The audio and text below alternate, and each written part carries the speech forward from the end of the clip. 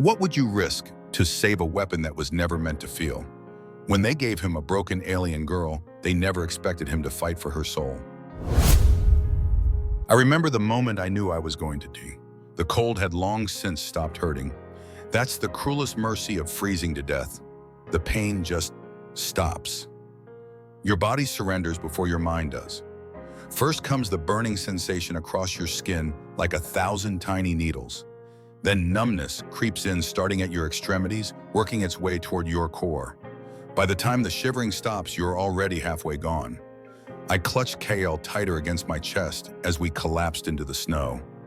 His little body was still faintly glowing, that beautiful, haunting bioluminescence that marked him as different, as special, as hunted.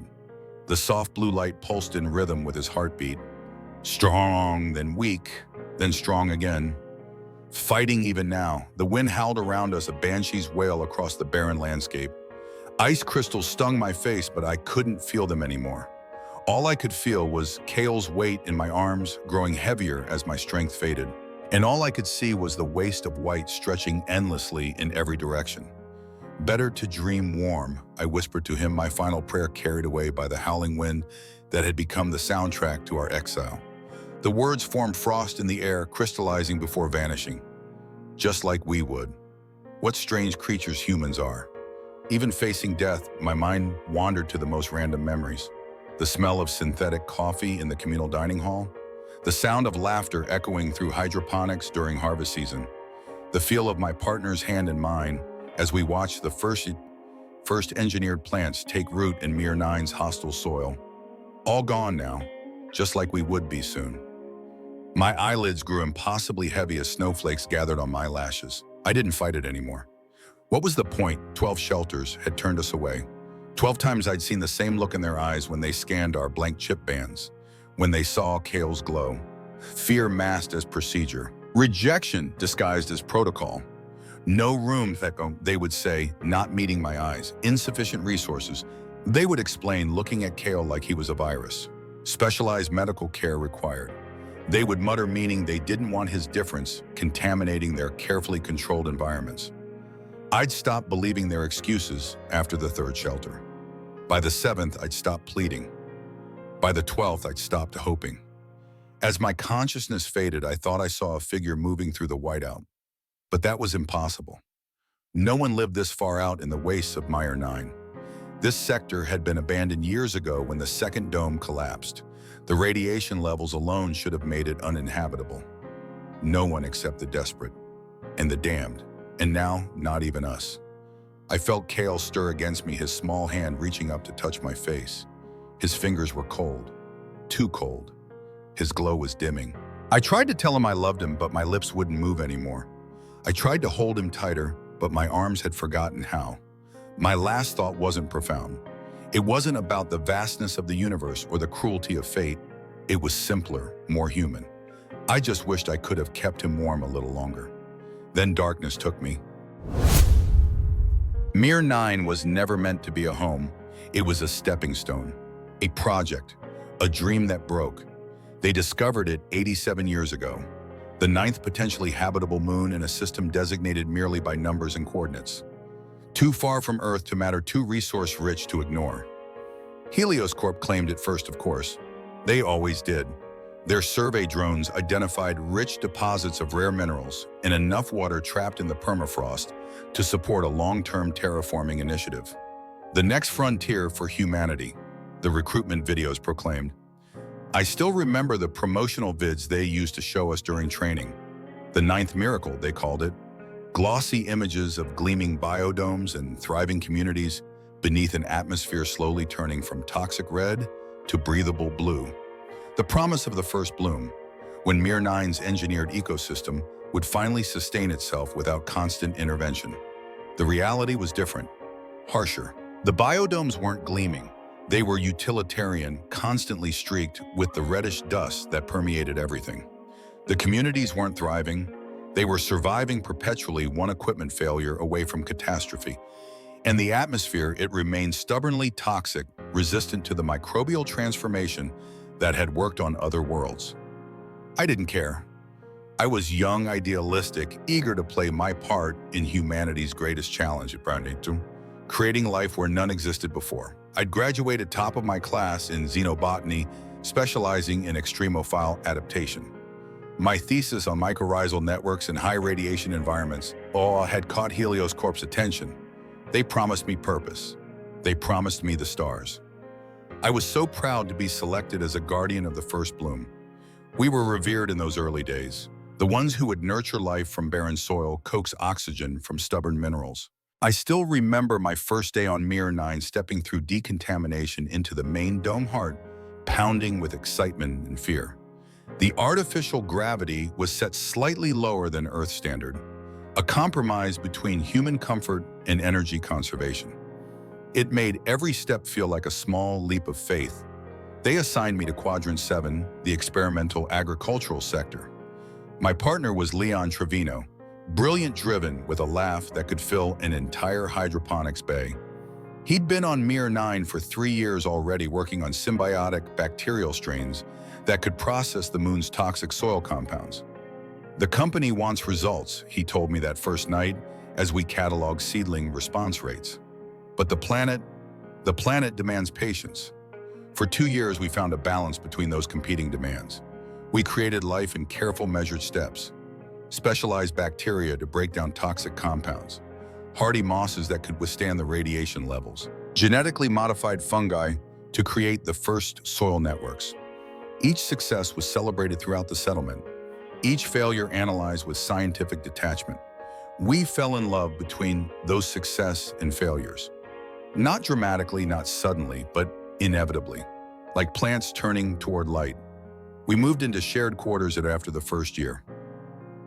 Started talking about applying for a parenting license after the second, until the storms came, until the domes cracked, until corporate funding dried up faster than the artificial lakes.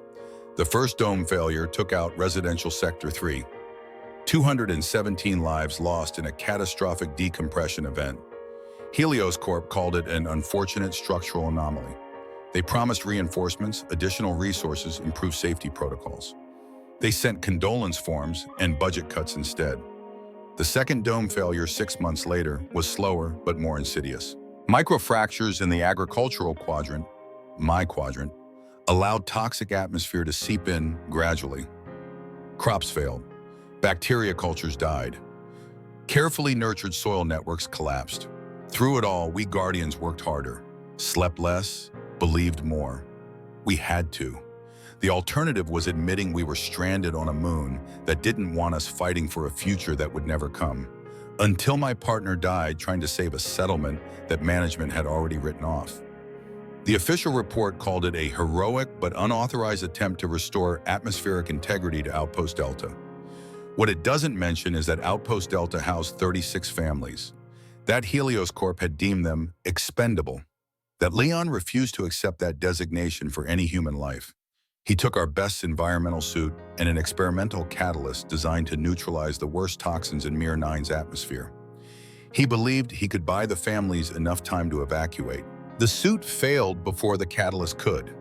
I watched it happen through the outpost's security feed, watched the moment he realized the seal was compromised, watched him use his final moments to activate the emergency evacuation protocols for the families, instead of retreating to safety. 35 families survived. Helios Corp declared him insubordinate posthumously, denied his beneficiary benefits, denied me the right to grieve officially. Then came the psychological evaluation, the concerned looks, the whispered consultations. Spiritually fractured, they called me after that, a bureaucratic term for someone who'd seen too much loss to be reliable, someone whose grief might infect others like a contagion. Someone who needed to be isolated for the greater good. I might have accepted exile for myself. I was too tired to fight anymore, too disillusioned to argue, too broken to care. But then came Cael, my miracle, my impossible child. The fertility specialist couldn't explain it. Leon and I had submitted genetic material to the colony's reproduction bank, standard procedure for all long-term personnel. But no one had authorized its use. No one had initiated the gestation process in the artificial wombs. Yet there he was, a notification on my comms unit during the darkest period of my grief. Report to Medical Base 7 for parental imprinting. I thought it was a cruel joke at first, or a system malfunction, but the medical officer's face told me otherwise. It's unprecedented, he said, not meeting my eyes. The system initiated the process independently during the second dome failure. Perhaps a power surge, perhaps a fail-safe we didn't know about. But he's viable, healthy. He's your son. Cael was born with the bioluminescence. The doctor said it was a side effect of the emergency protocols during his accelerated development. His cells had incorporated elements of the experimental adaptive bacteria that Leon had been working on. Bacteria designed to thrive in Mir 9's toxic environment. A perfect adaptation, one doctor called it with inappropriate scientific enthusiasm. The first true child of Mir 9. Helios Corp saw it different. They saw a liability, an anomaly, a complication in their already failing project. And in me, the grieving spiritually fractured mother, they saw someone who couldn't be trusted with such a unique specimen. They tried to take him from me, used words like observation and specialized care to mask their intentions. But some instincts transcend grief. Some bonds cannot be broken by corporate mandate. We escaped during the third dome failure, slipped away in the chaos of another evacuation. By then, Helios Corp had already begun the pullout, abandoning their next frontier as the financial projections turned aggressively negative. They were too busy salvaging expensive equipment to notice 2 more names missing from the manifest. I knew we couldn't survive alone in Mir 9's hostile environment, so we traveled from settlement to settlement, outpost to outpost, offering my terraforming expertise in exchange for shelter. It worked for a while until Cael's difference became too noticeable, too concerning for the increasingly desperate remnants of the colony. The final evacuation order came on Cael's 3rd birthday. The last corporate shuttle would depart in 7 days. Anyone remaining would be officially designated as voluntary residents. Corporate speak for no longer our responsibility. We were in Outpost Kappa when the order came through. I still remember the outpost director's face as he scanned our chip bands and saw the blank identity fields, the mark of fugitives from company oversight. I can't help you, Satya, he said not unkindly, but there are rumors of independence in the Western Quadrant, people who never planned to leave. They might take you in. It was a thin hope, but it was all we had. We never made it to the Western Quadrant. A storm front moved in faster than predicted, one of the increasingly violent weather patterns caused by the failed terraforming efforts. We lost our way in the whiteout, lost our supplies when a sinkhole claimed our hover sled, lost our strength as the temperatures plummeted beyond what even our thermal gear could compensate for, and eventually we lost our fight. Or so I thought. Jonas Hale wasn't looking for miracles when he checked his perimeter sensors that night. He was looking for system failures, equipment malfunctions, the 1,000 small betrayals of technology trying to survive a climate it wasn't designed for. A man of routine in a world of chaos, he performed the same security sweep every night before shutting down non-essential systems to conserve power. East perimeter nominal. South perimeter ice buildup on sensor array, 3 recalibrate in the morning. West perimeter increased seismic activity monitor and adjust foundation stabilizers. North perimeter anomalous heat signatures at grid coordinates 27-4. What he found was us. 2 heat signatures fading fast. 1 normal human pattern, 1 not quite standard. A larger form curled protectively around a smaller one, both nearly buried in drifting snow. I learned all this later, pieced together from his terse explanations and the data logs I eventually gained access to. At the time, I knew nothing except darkness. Jonas told me he almost ignored the alert, almost dismissed it as another glitch in a world full of them. The perimeter sensors had been increasingly unreliable as the magnetic disturbances intensified. False positives were common, and venturing outside during a Category 4 storm had a survival probability in the single digits. Something made him look at the camera feed anyway. Something made him curse, grab his thermal suit, and race out into a storm that could strip flesh from bone. Maybe it was the pattern we made in the snow. Too perfect, too deliberate to be natural. Maybe it was the faint blue glow visible even through the layers of white. Or maybe it was something deeper, more human. The recognition that after years of solitude, he was no longer alone on his piece of Mir 9. The rescue itself was a blur of wind and pain, strong arms lifting me, a voice shouting words I couldn't understand through the howling storm. The sensation of movement, of being dragged and carried alternately. The momentary panic when I couldn't feel Cael against me anymore, followed by the deeper darkness of total system shutdown. I don't remember being carried inside. I don't remember the emergency survival protocols he initiated. I don't remember the careful way he separated us without fully breaking contact, understanding instinctively that severing our connection completely might cause more trauma. I don't remember the hours he spent manually warming us, regulating our core temperatures, with the precision of someone who understood exactly how close to death we had come. I only remember waking up to the unfamiliar sensation of warmth and the terror of not immediately feeling Cael's weight against me. I jolted upright, my body screaming in protest. Every muscle felt torn, every joint swollen. My skin burned with the particular agony of flesh returning from the edge of frostbite. But physical pain was nothing compared to the sudden, overwhelming fear. "My son," I gasped, my voice raw. "Where's my son?" The room swam around me, unfamiliar patterns of light and shadow. Metal walls insulated with some kind of synthetic fabric. The soft hum of environmental systems. The faint smell of machine oil and something else. Something I hadn't encountered in months. Cooking food. Real food. "Easy."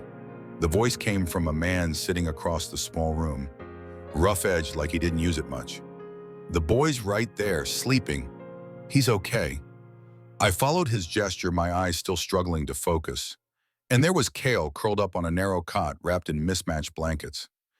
His skin still had that faint luminescence, but it was steady now, strong. The rise and fall of his chest was regular, peaceful. Not the desperate, shallow breathing I'd last been aware of. He was alive. We both were. Somehow. I turned my attention to our rescuer then. A tall man, lean but solid, with the efficient movements of someone accustomed to conserving energy. His face was weathered, prematurely lined, framed by dark hair streaked with premature gray. But it was his eyes that caught me. Pale blue, almost colorless, like the ice outside had somehow claimed part of him. I watched the man's face carefully as he looked at Cael, waited for the disgust, the fear, the judgment. I'd seen it all before. The subtle recoiling, the calculating assessment of threat or value, the decision already forming behind polite words. Instead, I saw something I hadn't seen directed at us in a very long time. Kindness. "You've been out for about 30 hours, he said, pouring what looked like broth into a battered metal cup. "The boy woke up yesterday. Wouldn't eat until I promised we'd save some for you." He handed me the cup. My hands shook as I took it, spilling a few drops onto the thermal blanket covering my legs. "Thank you," I said. The words felt inadequate, absurd even. "Thank you for dragging us from death, for not leaving us to the mercy of Mir 9's killing cold, for looking at my son with something other than fear." "Jonas," he said simply. "Jonas Hale, former environmental systems engineer for Helios Corp, current resident of nowhere in particular." His mouth twitched in what might have been an attempt at a smile. "You're in my maintenance outpost, or what used to be one before the company decided maintaining things wasn't cost-effective anymore." I sipped the broth, rich, savory, with the distinctive taste of vat-grown proteins, enhanced by what must have been actual herbs. Luxury out here in the wastes. "Nyra," I offered in return, "former guardian of the first bloom, current fugitive, I suppose." "And that's Cael." I waited for the questions. About why we were wandering the wastes alone, about Cael's luminescence, about our missing identification and blank chip vans. They didn't come. "Drink," he said instead. "Rest, there's no rush. Storm's got us locked in for at least another day." And that was it. No interrogation, no suspicion, just a simple acknowledgement of our immediate needs and his equally simple response to them. I finished the broth and felt my eyelids growing heavy again. I fought it, wanting to stay awake, to watch over Cael, to understand more about this strange, quiet man who had saved us for no apparent reason. "Sleep," Jonas said, taking the empty cup. "Nothing's going to happen to either of you here." I wanted to believe him, After so long running, hiding, fearing, I wanted desperately to trust those simple words. But trust was a luxury I'd abandoned along with my guardian credentials. Why Bayou? I managed to ask as consciousness began to slip away again. Why help us? He was silent so long I thought he might not answer. When he did, his voice had changed, rougher with an emotion I couldn't quite identify. Because out here, we're all about just trying to survive, he said. And because once someone should have helped and didn't. I fell asleep turning those words over in my mind, wondering what ghosts haunted the man who had saved us from becoming ghosts ourselves. The next time I woke, Cael was sitting beside me, his small fingers tracing patterns on my hand. The blue luminescence beneath his skin pulsed slightly stronger when he saw my eyes open. Mama, he whispered with the caution of a child who has learned to be quiet to stay safe. The storm man says you need to drink more. The storm man, of course Cael would name him that way. Jonas had emerged from the blizzard like some mythical figure plucking us from death's embrace. I'm okay, little star, I assured him, my voice stronger now. Has he been kind to you? Cael nodded solemnly. He showed me how the walls keep the cold outside. There are special plants in the other room, and he let me help fix a broken light. I struggled to sit up, noting the fresh clothes I wore. Simple thermal layers worn but clean. Someone had dressed me while I was unconscious. The thought should have disturbed me, but oddly it didn't. Nothing about this shelter felt threatening despite its unfamiliarity. Jonas appeared in the doorway carrying another steaming cup. Good, you're awake. He handed me the drink. Not broth this time, but tea. Actual tea with the subtle bitter sweetness of synthesized honey. You have plants, I asked, remembering Cael's comment. Something shifted in Jonas's expression, a guardedness quickly masked. Just a few hardy specimens, nothing special. But I knew better. Plants on Mir 9 were never nothing special. Every growing thing was a miracle, a testament to perseverance against impossible odds. And anyone who maintained them after the corporate abandonment wasn't just a casual gardener. Cael tugged at Jonas's sleeve, a gesture of familiarity that surprised me. My son had become wary of strangers after too many rejections. Can I show Mama the green room, please? Jonas hesitated, then nodded. When she's stronger, tomorrow may be. I studied our rescuer more carefully in the better light. His age was hard to determine, somewhere in his 40s, perhaps, though life on Mir 9 aged everyone prematurely. His clothes were practical, patched in places, but meticulously maintained. Former corporate issue, but with the logos carefully removed. A small rebellion that I recognized from other independents who'd chosen to stay behind.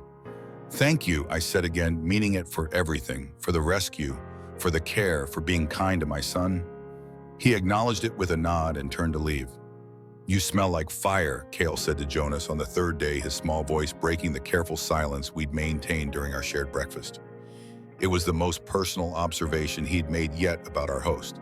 I froze, waiting for the man's reaction. Cael's bluntness had gotten us thrown out of shelters before. His innocent observations often cut too close to people's insecurities or secrets. Your air tastes wrong, he told the administrator at Outpost Gamma 2 days before they discovered a critical air filtration failure. You're afraid all the time, he'd whispered to the security chief at Outpost Theta the night before the man attempted to steal the last evacuation shuttle. But Jonas just looked at his hands. Rough workers' hands scarred from years of repairs and jury-rigged solutions, and something like a smile cracked his weathered face. Yeah, Jonas finally replied to Cael. Guess I do. Spent too many years keeping the heating systems running. He flexed his fingers, revealing burn scars that traced up his forearms like pale lightning.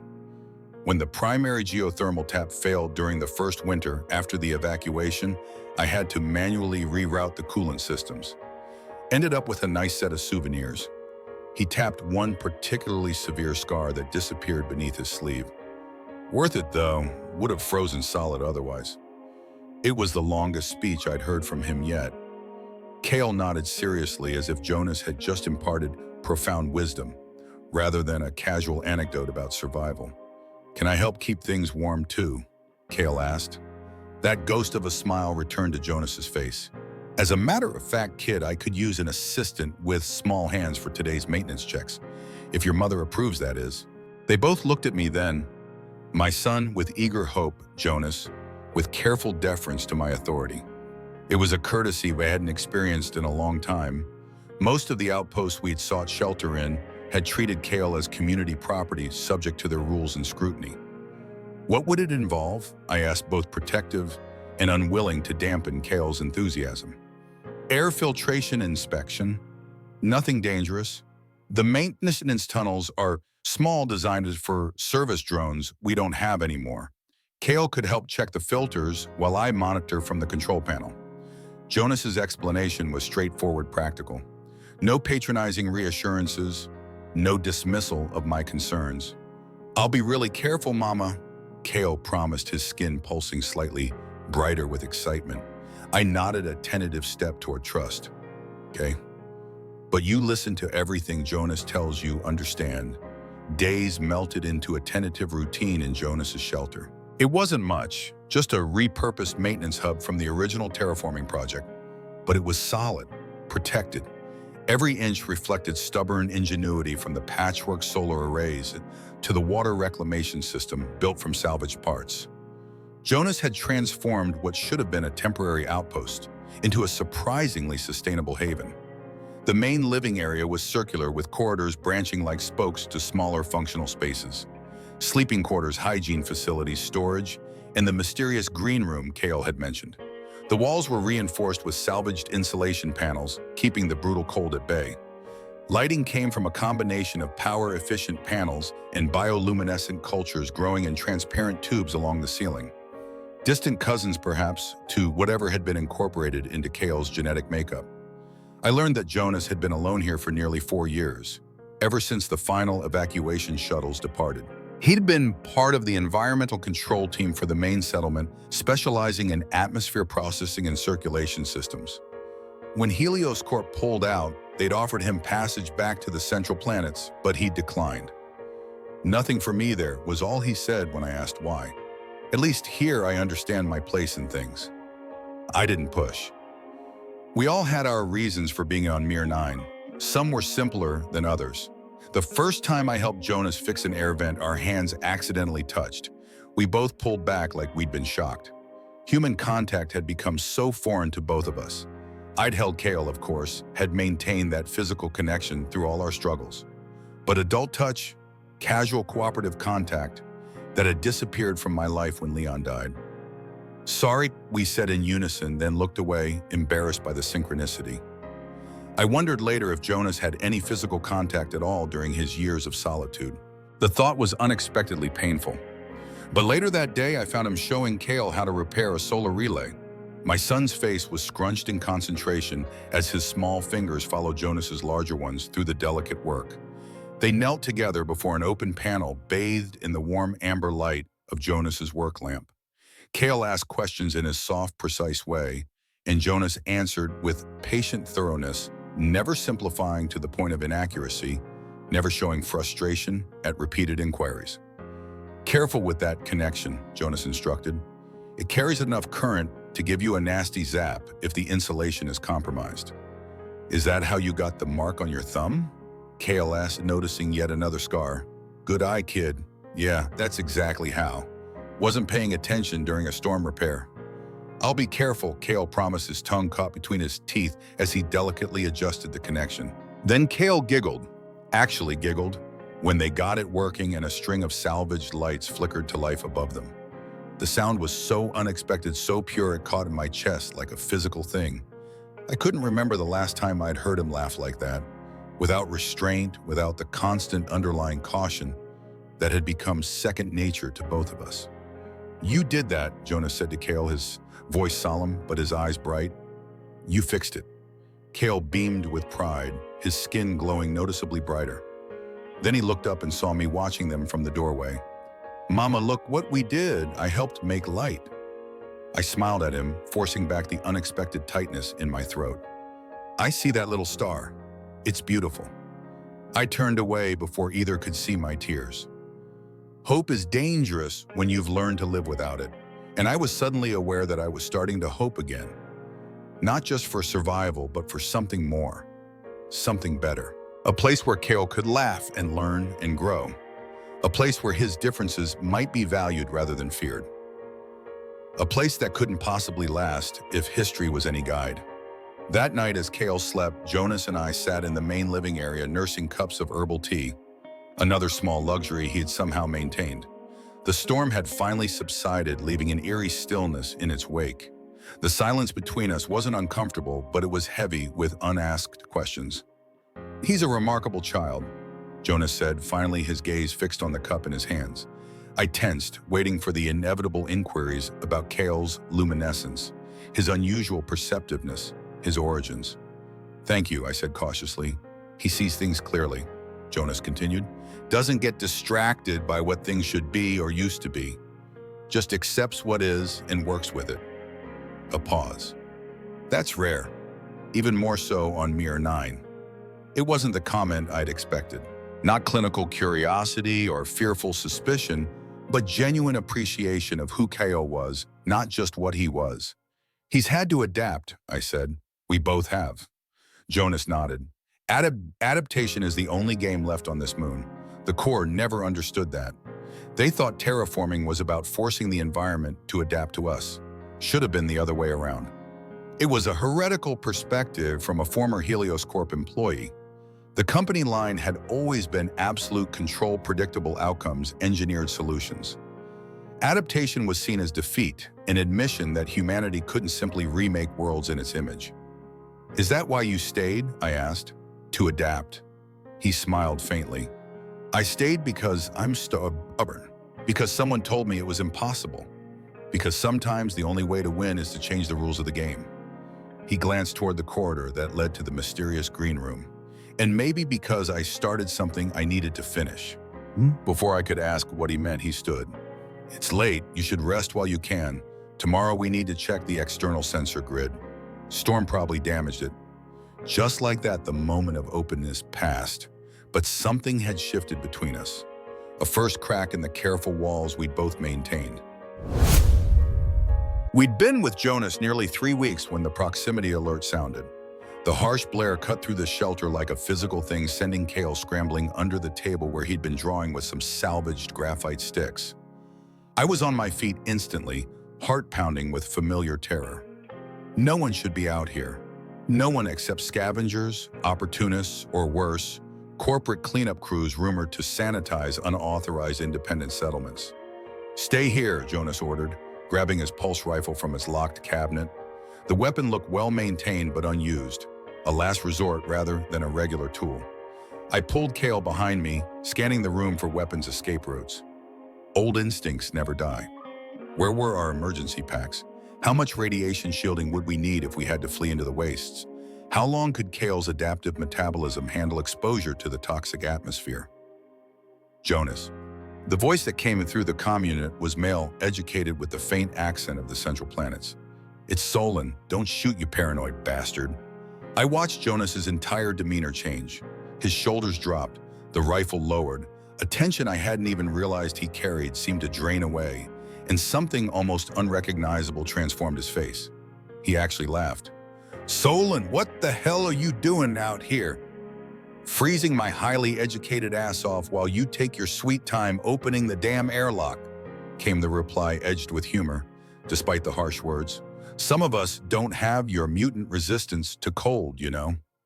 Jonas moved quickly to the control panel, entering a complex series of codes to deactivate the security protocols.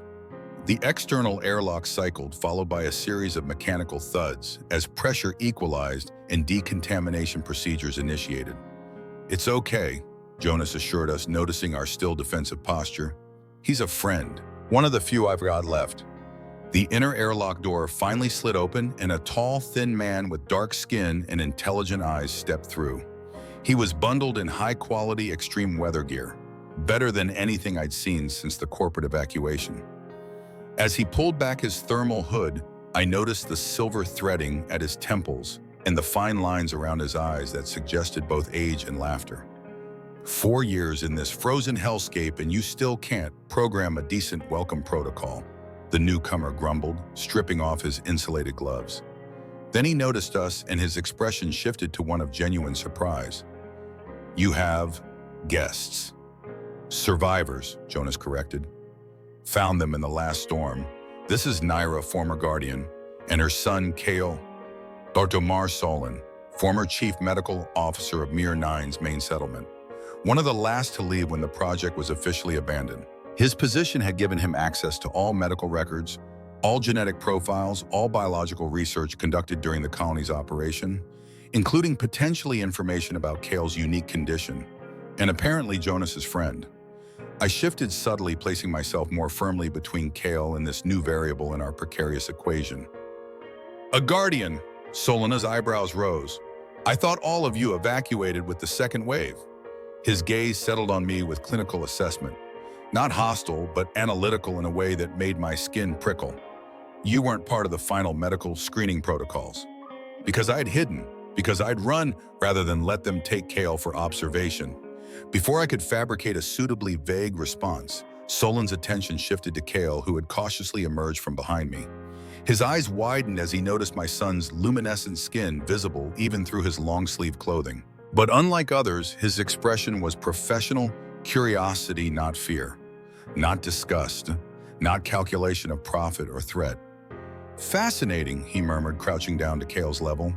Adaptive bioluminescence. The terraforming compounds must have affected his embryonic development. I've only seen this documented in theory. He looked up at me. He's fully integrated the photosynthetic bacteria at a cellular level, hasn't he? Complete symbiosis rather than mere colonization. The implications for long-term human adaptation to hostile environments are extraordinary. He's not a theory, I said sharply, drawing Cael back. He's my son. Solon had the grace to look embarrassed. Of course, forgive me. He stood, offering a slight bow of apology. Professional hazard. I see the science before I see the person, sometimes. He knelt to Cael's level again, this time with a warmer expression. Hello, young man. I'm Dr. Solon, an old friend of Jonas's from when many more people lived here. Cael studied him with that intense focus he reserved for new experiences. Then in his clear, direct way, he delivered his assessment. You smell like flowers. Solon blinked, then laughed, a warm, genuine sound that filled the shelter. Jonas joined in tension, finally breaking. Accurate, Solon admitted, eyes twinkling. I cultivate Terran botanical specimens as a hobby, currently traveling with several seedlings that require daily care. He tapped the reinforced case slung across his back. They provide essential compounds for some medications I produce. Plus, he added with a conspiratorial wink, they make my quarters smell nicer than Jonas's perpetual aroma of machine oil and stubborn masculinity. Hey, Jonas protested, but there was no heat in it. I watched their easy camaraderie with a mixture of wonder and wariness. This was friendship. Real friendship, not the cautious alliances of necessity I'd grown accustomed to in our wanderings. These two men genuinely cared for each other, despite what must have been years of separation. So basayin, min may kanitias maata. Solon said, straightening, are you going to offer your frozen friend some tea, or have you forgotten all civilized behavior out here in the wasteland? Jonas rolled his eyes but moved toward the small kitchen area. Still the same entitled academic, I see. Make yourself useful and bring in whatever supplies you've brought before they freeze solid. Always the gracious host, Solon replied, but he was already heading back to the airlock. I brought those power converters you asked for last time, plus some medical supplies that might actually postdate the founding of the colony. As they fell into the rhythm of unloading Solon's vehicle, a compact but powerful rover with corporate markings carefully obscured, I observed their interactions closely, searching for any hint of threat, any suggestion that Solon's appearance might endanger Cael. The doctor caught my wary gaze and paused in his work. I understand your caution, he said quietly while Jonas was occupied in the storage area. And I respect it, but I want you to know I'm not here to cause trouble for you or your son. Quite the opposite. I didn't respond, unwilling to acknowledge his accurate reading of my concerns. Jonas is many things, Solon continued, but a poor judge of character isn't one of them. If he took you in, there's a reason. A pause, so? He hasn't had anyone here since Thomas. The fact that you're still here after 3 weeks says a great deal. Who's Thomas? I asked despite myself. Something like sadness crossed Solon's face. That's Jonas's story to tell, not mine. Later, when Cael was asleep in the small room Jonas had cleared for us, Solon unpacked what appeared to be a genuine bottle of distilled alcohol, another luxury I hadn't seen since the evacuation. To old friends and new beginnings, he toasted, pouring modest measures into 3 battered metal cups. Jonas accepted his with a nod. I hesitated, then took mine, though I didn't drink immediately. The last time I'd let my guard down around alcohol had been the night before Leon died. The memory of that ordinary evening, laughing, planning unaware of the catastrophe awaiting us, still ached like a physical wound. Solon seemed to sense my reservation. It's just a toast, Guardian, not a binding contract. There was kindness in his words despite the gentle teasing, so I raised my cup slightly and took a small sip. The liquid burned pleasantly, warming me from the inside in a way that even Jonas's excellent heating system couldn't manage. Now, Solon said, settling back in his chair, since we've observed the social niceties, perhaps you'll tell me why you're really here, old friend. The question was directed at Solon himself, not me, a fact that surprised me. Jonas's expression suggested the same question had been on his mind. Can I simply be checking on my favorite hermit? Solon asked innocently. You never simply do anything, Jonas countered, and you normally send a transmission before suddenly appearing on my doorstep. The comms network is spotty, not dead. Ah, well, Solon swirled the liquid in his cup. Let's just say I preferred this conversation happen without corporate ears potentially listening in. My muscles tensed. Corporate. The word still triggered an immediate fight-or-flight response after years of running. Helios Corp hasn't monitored the emergency channels in years, Jonas said, but his voice had taken on a careful neutrality. Helios Corp, no, Solon agreed, but there are new players interested in Mir 9's untapped potential. He reached into his pocket and withdrew a small data chip, placing it on the table between us. 3 weeks ago, your emergency beacon activated during the storm. Standard procedure, I assume, when you found our friends here. He nodded toward me. It pinged through the relay satellite before going silent again. Most would have ignored it. Just another ghost signal from a dead colony. But someone didn't, Jonas concluded, his expression hardening. A survey vessel changed course to investigate. Privately owned, registered to a shell corporation I haven't been able to trace yet. Solon's voice remained casual, but his eyes were serious. They'll be in orbit within 2 months. Later, when Cael was deeply asleep, Solon told us why he'd really come. We sat huddled around the small table, speaking in low voices despite the insulated walls that would prevent any sound from traveling outside. I have access to a transport ship, a small one but functional. Part of the backup evacuation fleet that was never needed. Solon's fingers traced patterns on the table's worn surface. I've been, let's say, borrowing it periodically for supply, runs to the outer settlements. Helios Corp thinks it's mothballed in Maintenance Bay 4 on Eden Station. You stole a corporate transport, Jonas asked, somewhere between impressed and concerned. Liberated, Solon corrected with a thin smile. Given how much they owe the people they abandoned here, I consider it partial restitution. He looked directly at Jonas. I came to get you off this rock before the next storm season. Then his gaze shifted to include me, and by extension, Cael. Now I'm here for all of you.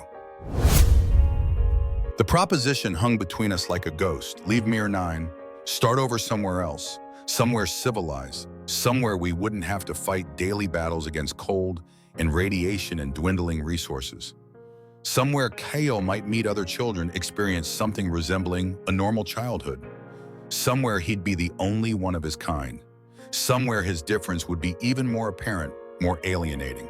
Somewhere corporations might have even more reach, more authority to claim him as an interesting specimen. Where would we go? I asked. The question had so many layers. Solon understood them all. His eyes held mine with surprising compassion for someone I still wasn't sure I could trust. Eden Station is accepting refugees from failed planets, he explained. It's overcrowded, but they don't ask too many questions, and they need people with terraforming experience. The refugee protocols require full biometric screening, I countered, including genetic profiling. For most arrivals, yes. Solon nodded, but there are alternatives. Medical research teams have certain exemptions. As a senior medical officer with credentials still technically intact, I could classify you and Cael as research assistants under my supervision. Using loopholes in the same system that would exploit him, I observed. Sometimes the master's tools can dismantle the master's house, Solon replied with a shrug. I'm offering possibilities, not promises. People like you, Jonas said quietly, looking at me. Eden Station needs people with your skills. They've been trying to establish self-sustaining hydroponics for years without success. Someone who worked on the first Bloom project would be valuable no matter how they arrived. I laughed without humor. I failed at terraforming. That's why we're all here. No, Jonas countered with unexpected intensity. The corporations failed. The funding failed. The support systems failed. You just got caught in the collapse. There was conviction in his voice, as if this distinction mattered deeply to him. The real work, the adaptation, the persistence, the genuine progress, that came from the guardians and engineers and medical staff who understood this was generational work, not quarterly profits. I didn't know what to say to that. I'd carried the weight of Nyra's failure so long, it had become part of me. The thought that I might not be responsible for it, that I might have been simply another victim of corporate short-sightedness, was both liberating and disorienting. There's another option, Solon said, after a moment watching our exchange with interest. There are independent research outposts in the Ceres Belt, small communities primarily scientific in focus. They operate outside corporate jurisdiction, funded by academic consortiums. They're always looking for experienced xenobotanists and environmental specialists. And how would we get there, I asked. Your borrowed transport ship has a corporate signature. It would be flagged immediately approaching non-sanctioned settlements. Details, Solon waved dismissively. Navigational logs can be altered. Identification markers can be spoofed. Where there are ways. The conversation continued late into the night, possibilities unfolding and collapsing like delicate origami. Each option carried risks. Each path forward required trusting someone, something I'd grown profoundly reluctant to do. When at last we retired, my mind was a storm of competing concerns. I lay awake on the narrow cot beside Cael's, listening to his soft breathing, watching the gentle pulse of blue beneath his skin. What was best for him? Safety at the cost of freedom, community at the cost of scrutiny, stability at the cost of constant vigilance.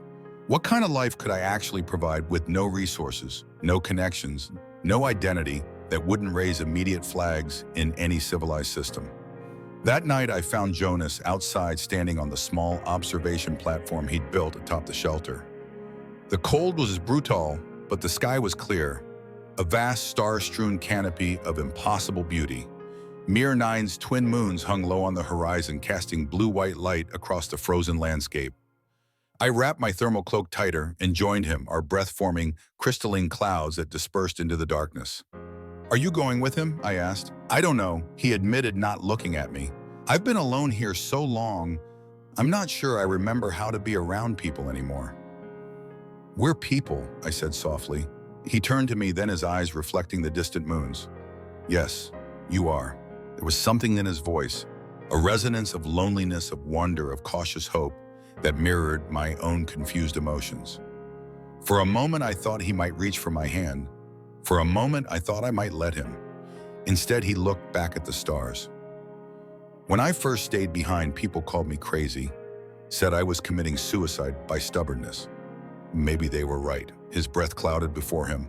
But there was work to be done here, work no corporation deemed profitable, but necessary all the same.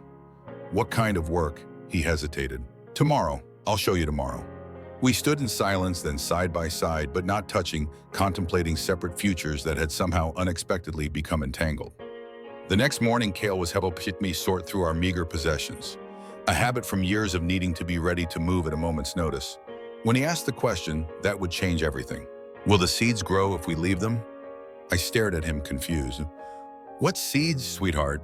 He pointed to the small greenhouse Jonas had built in one corner of the main living area, where we'd been coaxing a few hardy plants to life.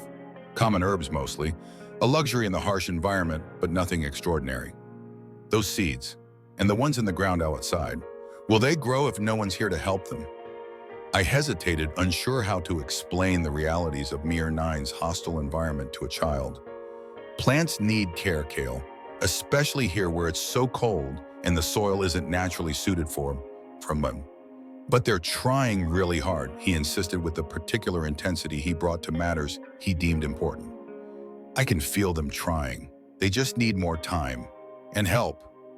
I smoothed his hair, noting how the luminescence beneath his skin brightened with his passion. Is that why you've been spending so much time in the greenhouse with Jonas? He nodded solemnly. He says I have a special way with the plants, that I understand them because we're the same. The same? We both have the helping bacteria inside us, the ones that make the bad air into good air. He touched his own chest where the blue glow pulsed in rhythm with his heartbeat. Jonas says I'm the best kind of miracle, one that makes sense. I fought back sudden tears. In all our travels, all our brief stays in outposts and shelters, no one had ever spoken of Cael's difference as a miracle. A curiosity, yes, a potential resource, a scientific anomaly, but never a miracle. Jonas is a smart man, I managed to say. Cael fixed me with his direct gaze. If we go away with Dr. Solon, who will help the seeds, they're just starting to understand the ground here. They'll be confused somewhere else. I didn't have an answer, but Jonas did. I'm staying, he announced that evening after a day spent in unexplained absence. His declaration landed in the middle of dinner like a physical object, disrupting the careful neutrality we'd all maintained since Solon's arrival. This place isn't finished with me yet. Solon looked at him like he'd lost his mind. Jonas, be reasonable. The system is failing. You can't keep patching it forever. And if that survey ship is looking for what I think they're looking for, this area won't be safe much longer. Watch me, Jonas said with that stubborn set to his jaw I'd come to recognize. The expression of a man who had faced down impossible odds for so long that impossible had lost its meaning. Then he looked at me, his pale eyes serious, almost pleading. But you should go, both of you. Cael deserves a real chance. Somewhere with other children, with proper medical facilities, with opportunities I can't provide here. I felt my heart crack a little. He was offering sacrifice, staying behind alone again while sending us towards safety, accepting solitude as his portion so that Cael might have community. And what do you deserve, Jonas? He had no answer for that, or perhaps he believed he already had what he deserved. Isolation, struggle, the slow battle against a world that had never wanted human presence in the first place. There's something I need to show you, he said instead, rising from the table. Both of you, before any decisions are made. He led us down the eastern corridor of the shelter to a reinforced door I'd noticed but never seen opened. A complex security panel controlled access, far more sophisticated than seemed necessary for a storage room or maintenance area. The green room, Cael asked excitedly. Jonas nodded, entering a lengthy code. The green room. The door slid open and warm, humid air rushed out, carrying a scent I hadn't experienced in years. The rich organic smell of healthy soil. Living soil. Not the sterile growing medium of hydroponics or the toxic dirt of Mir 9's surface, but actual soil teeming with microorganisms and possibility. Lights activated automatically as we entered, revealing a space much larger than should have been possible, given the shelter's external dimensions. Jonas had excavated downward, I realized, creating an underground growing chamber protected from the harsh conditions above. And what he grew there took my breath away. Rows upon rows of seedlings, saplings, and mature plants filled the cavernous space. Not just herbs or basic food crops, but trees. Actual trees, their young branches reaching toward the specialized growing lights with unmistakable vigor. Alongside them, hundreds of smaller plants in varying stages of development, each carefully labeled, each monitored by small sensors connected to a central data hub. But most astonishing was what grew between the careful rows. Patches of moss and lichen spread across the floor. Small insects buzzed between flowering plants, and fungal networks visibly connected different growth areas. Jonas had created an ecosystem, a balanced, functioning, evolving ecosystem. I couldn't find words. Phase 2, Jonas said simply, the real work of terraforming. Not the corporate version with its artificial timelines and profit expectations, but the patient generational process of helping life adapt. He moved among the plants with obvious affection, checking moisture levels, adjusting nutrient feeds. Every plant here is 4th generation or beyond. Each cultivar has demonstrated increasing adaptation to Mir 9's specific challenges. They're learning, evolving. But this would take years. Solon said, his academic curiosity clearly piqued despite his earlier dismissal. Decades even. 4 years, 3 months, and 17 days, Jonas confirmed, since Thomas helped me start the first cultivation chambers. He looked at me. Amadine, my partner. He was a xenobotanist too, specialized in fungal adaptation. He believed Mir 9 could be healed, but not on corporate timelines. He called it slow medicine for a poisoned world. The pieces clicked into place. The mysterious Thomas, mentioned by Solon. The reason Jonas had stayed behind when others fled. The source of his immediate understanding and acceptance of Cael's difference. What happened to him? Tell him, I asked softly. Radiation exposure during sample collection. After the core pulled out, safety protocols became improvised. Jonas's voice was steady, but his hands stilled among the plants. He lasted 6 months, long enough to see the first successful cross-adaptations. Not long enough to see this. He gestured around the thriving green space. Cael moved forward, then approaching a particularly vibrant section where luminescent fungi grew symbiotically with a grove of saplings. He reached out his own skin, glowing in response to their faint blue light. They're like me, he whispered. Yes, Jonas acknowledged. The same adaptive bacteria that established in your cells has been incorporated into these hybrids. They process toxins into nutrients, convert radiation into usable energy, communicate through bioluminescent signals. He crouched beside Cael. They're pioneers just like you. Cael looked at Jonas with wonder, then back at the glowing plants. He placed his small hand against the trunk of the nearest sapling, and I could have sworn the tree's luminescence brightened in response. They recognize you, Jonas said softly. They sense the similarity, the shared adaptation. This is why you've been teaching him about the plants, I realize. You recognized what he was from the beginning. Jonas nodded. I suspected the luminescence pattern is distinctive, and his affinity for the greenhouse specimens was immediate. He stood facing me directly.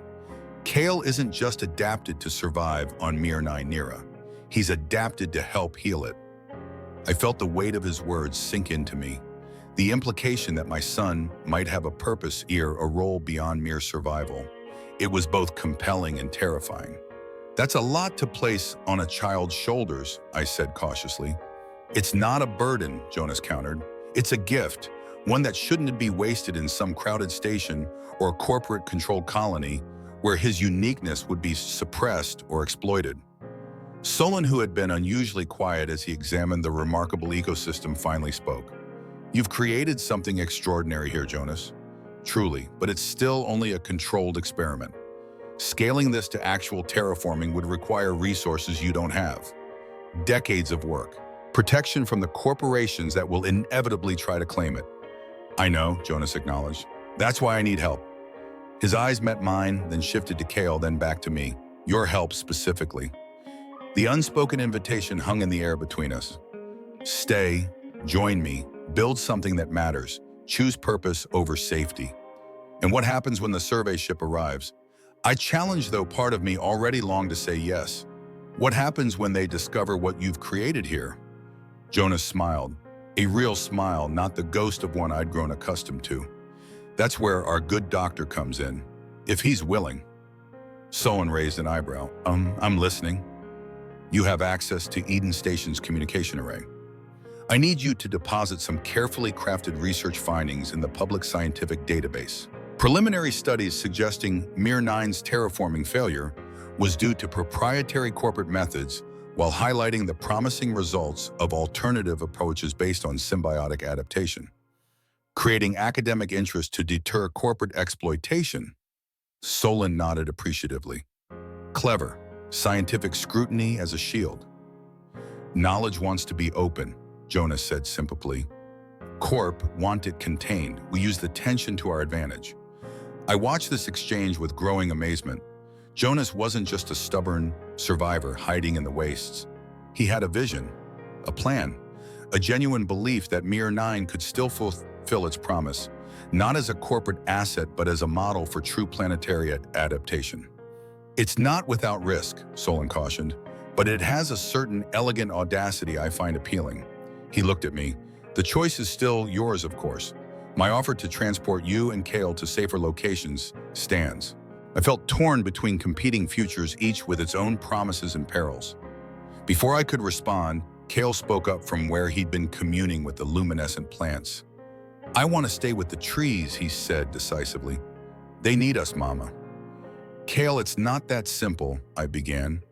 "Yes, it is," he insisted with the clear, direct logic of childhood. "We help them grow, they help us breathe. That is what family does." Family, such a simple word for such a profound concept. I hadn't thought of us having family since Leon died. Since we became fugitives. Since survival became our only goal. I looked at Jonas, at the life he'd stubbornly cultivated in this hostile place, at the obvious care he'd shown my son, at the fragile hope in his eyes as he waited for my decision. "I need time," I said finally, "to think, to be sure." Jonas nodded, respecting my caution. Even his disappointment flickered across his face. Of course. That night I lay awake long after Cael had fallen asleep, weighing impossibilities against each other, searching for certainty where none existed. Stay in the dangerous familiar, or risk the unknown. Commit to Jonas's vision, or pursue safer shores. Cael shifted in his sleep, his skin glowing softly in the darkness. The light pulsed in gentle waves, stronger now than when we had first arrived, healthier somehow. Just like he was stronger, healthier, more himself in the few weeks we'd been here. My son was thriving for the first time since we'd fled the main settlement. Not just surviving, but growing, learning, laughing, connecting with the unique biology he shared. Could I take that from him? The decision was postponed when the ancient comm towers on the ridge suddenly activated the next morning, sending an automated SOS signal into space.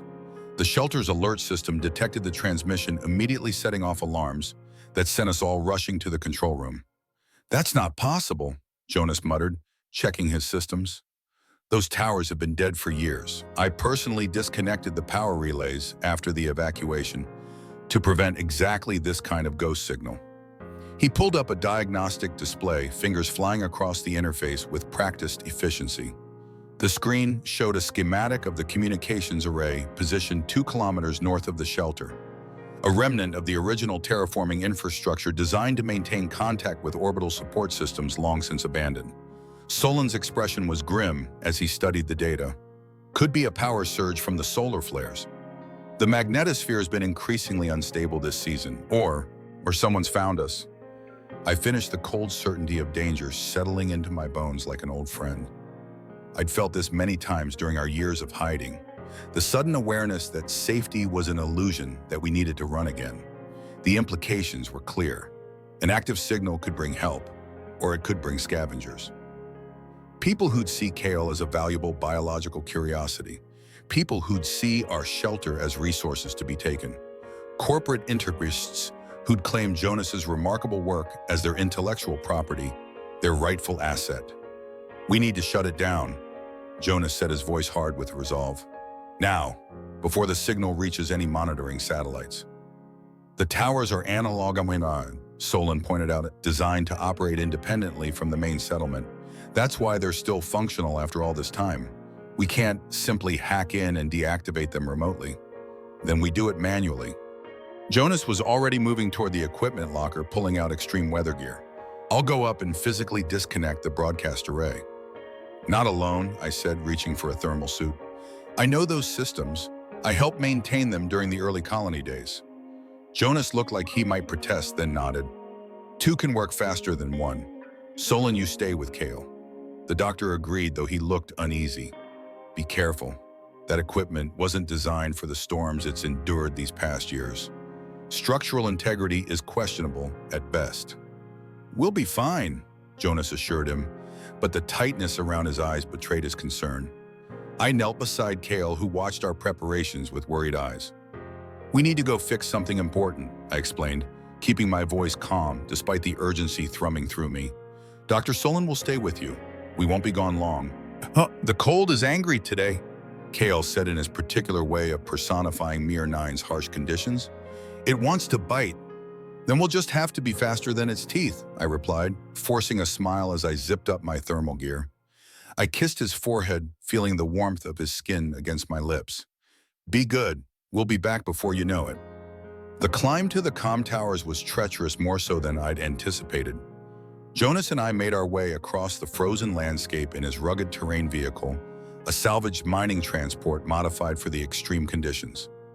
Even with its powerful heaters, the gold seeped in hungry and persistent. As we approached the ridge where the communications array stood, I understood Cael's warning. The wind wasn't just fierce, it was vicious, howling around exposed metal struts, hurling ice crystals with enough force to abrade even our reinforced suits. The temperature readout on my helmet display showed minus 73 degrees, well beyond what standard colony equipment was designed to endure. Ice had formed on the metal framework of the towers, making every step potentially lethal.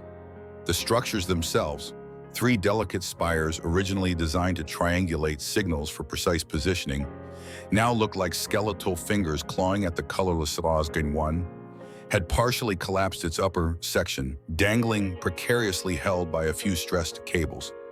Jonas took the lead, his movements sure, despite the treacherous conditions. He'd clearly made this climb before knew where to place his feet, which handholds could be trusted. Just like fixing the air vents, Jonas called back to me as we climbed. Except colder, and higher, and more likely to kill us, I added, testing a frost-covered rung before trusting it with my weight. He actually laughed. There's that optimism I've come to expect. Despite the danger, I found myself smiling within my helmet. Jonas had a way of making even the direst circumstances feel manageable somehow. Not through false reassurance or bravado, but through simple, steady competence. The quiet confidence of someone who had faced the worst and continued anyway. When we reached the control panel, halfway up the tallest remaining tower, it was worse than we thought. The system wasn't just activated, it was locked in a broadcast loop, repeating the same distress pattern that had been programmed during the original colony emergency protocols. More concerning, the access panel had been physically damaged, not by weather or time, but by deliberate human intervention. "Someone's been here," I said, examining the crude but effective tampering. "Recently," Jonas nodded grimly, his breath fogging inside his helmet. "The question is whether they wanted to be found or wanted us to be found." Either possibility was concerning. Independents seeking rescue might have activated the beacon in desperation, but others, scavengers, corporate scouts, opportunists, might have triggered it to draw attention to this supposedly abandoned sector to flush out any remaining inhabitants.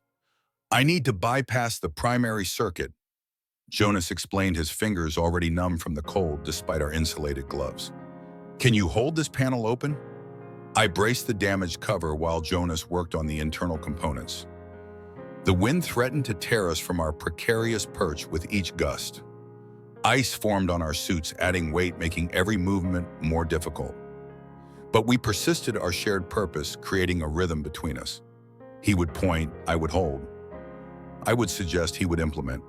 We worked together in perfect synchronization, as if we'd been partners for years instead of weeks. His technical knowledge and my terraforming experience complementing each other in unexpected ways. I understood the colony's original systems. He knew how they degraded and been modified over time. Together, we navigated the hybrid of past design and present reality. There, Jonas said, finally connecting two salvaged components in a configuration that bypassed the locked broadcast sequence. That should do it. For a moment, nothing happened. Then the control panel's indicators flickered, cycled through an error sequence, and finally went dark. The persistent hum of the transmission equipment fell silent.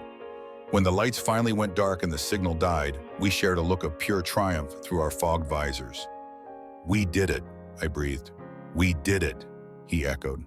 And in that moment, balanced precariously on a frozen tower at the edge of nowhere, I felt something I thought had died with my partner years ago. Belonging, connection, the peculiar joy of successful collaboration against impossible odds. We began our descent, moving carefully on the ice-slick framework. But as we reached the midpoint of the tower, a terrible groaning sound rose above the howling wind. Metal stressed beyond its tolerance, giving way after years of exposure to Myr 9's brutal elements. "Move!" Jonas shouted, pushing me toward the inner support strut as a section of the outer framework sheared away, tumbling into the void below us. The tower swayed sickeningly, its structural integrity compromised. We clung to the remaining supports, waiting for the oscillation to settle, knowing that any sudden movement might trigger a complete collapse. "We need to get to the ground," Jonas said, his voice tight with controlled fear. "Now, and not by climbing down." I followed his gaze to the emergency evacuation system, a series of cable runs designed to allow maintenance workers to escape the towers rapidly in case of atmospheric breaches or structural failures. They hadn't been maintained in years. The cables looked brittle, stressed, questionable at best. "You think those will hold?" I asked dubiously. Another groan of protesting metal answered my question. We didn't have a choice.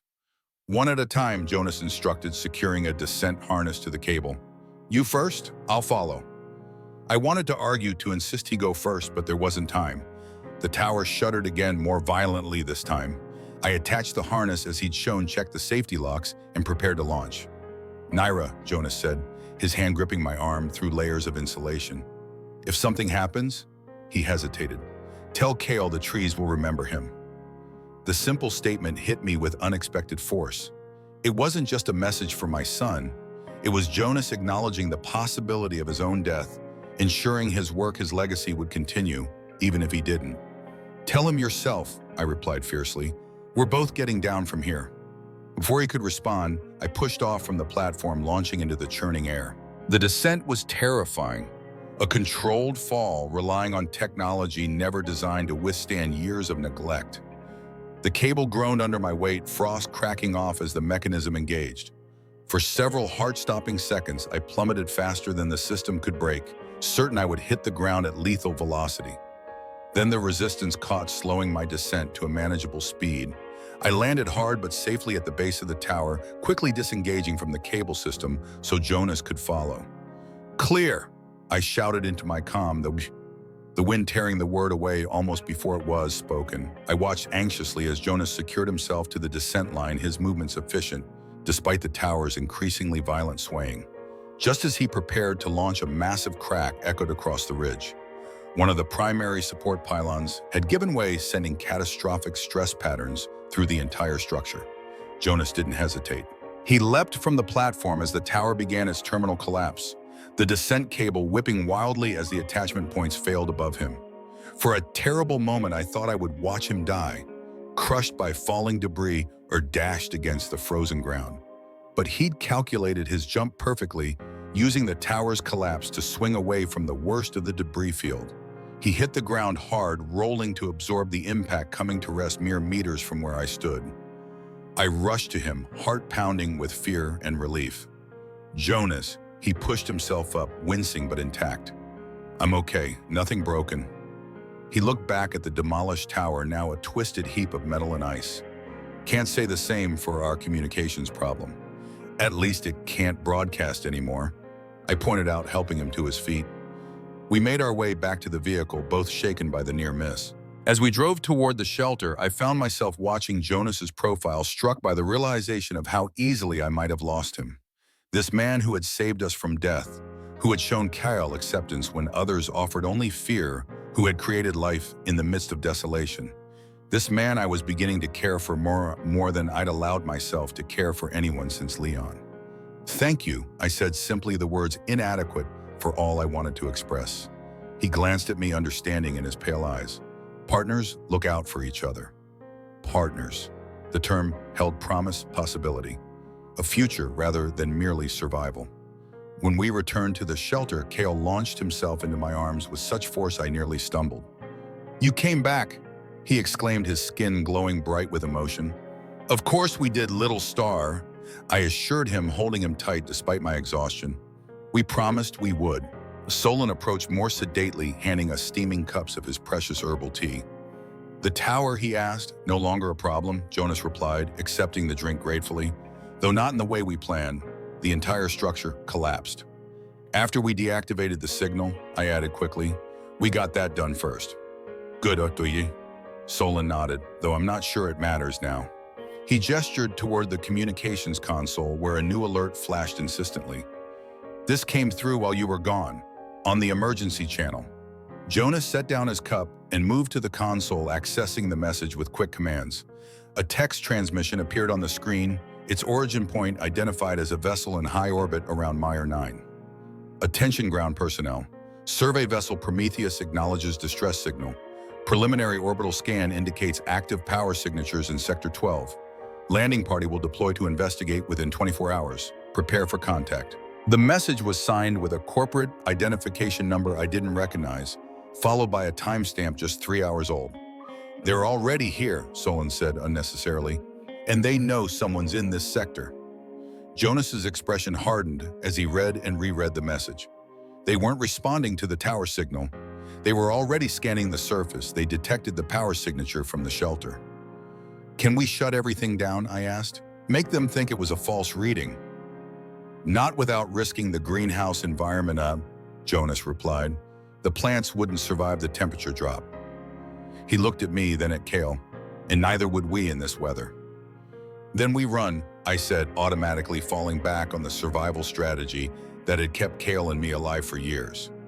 "Take what we can carry and find another shelter." "No," Jonas's voice was firm. "Running isn't the answer. Not this time." He turned to Solon. "How quickly can you get back to your transport?" The doctor considered. 6 hours in this weather. Why?" "Because we need to know who we're dealing with before they land. I need you to access the corporate registry, find out who owns that identification number." Jonas's mind was clearly racing ahead, formulating plans contingencies. "And we need to prepare for visitors." "Prepare how?" I asked cautiously. Jonas's smile was grim but determined. "By giving them exactly what they expect to find. An abandoned outpost with some automated systems still running. Nothing more." The next hours were a frenzy of controlled activity. Jonas and I worked to camouflage all evidence of current habitation. Personal belongings were stored in hidden compartments built into the shelter's walls. Living spaces were stripped of anything indicating human presence. Food supplies were secured in sealed storage designed to mask biosignatures. Most crucially, we prepared the green room, Jonas's precious ecosystem, to appear as an automated research project left running after evacuation. Solon helped fabricate technical logs showing periodic maintenance by robotic systems, creating a plausible explanation for the continuing operation. "What about us?" I asked as we finalized preparations. "Where will we hide?" Jonas led us to what appeared to be a solid wall in the storage section. With practiced movements, he activated a hidden mechanism, revealing a concealed chamber beyond. "Emergency bunker," he explained. "Standard in all maintenance outposts, though most were stripped during evacuation. I kept this one intact, expanded it underground." He showed us the interior, a space perhaps 4 meters square, stocked with emergency supplies, basic environmental controls, and monitoring systems patched into the shelter's main sensors. "We can observe whatever happens from here," he said. "Stay hidden until we know their intentions." Cael examined the small space with obvious concern. "Will the trees be okay if we're in here?" Jonas crouched to my son's level, his expression gentle. "The trees will be fine. They're good at pretending to be ordinary when they need to, just like you sometimes have to pretend your light isn't special." Cael nodded seriously, accepting the explanation. "How long do we have to hide?"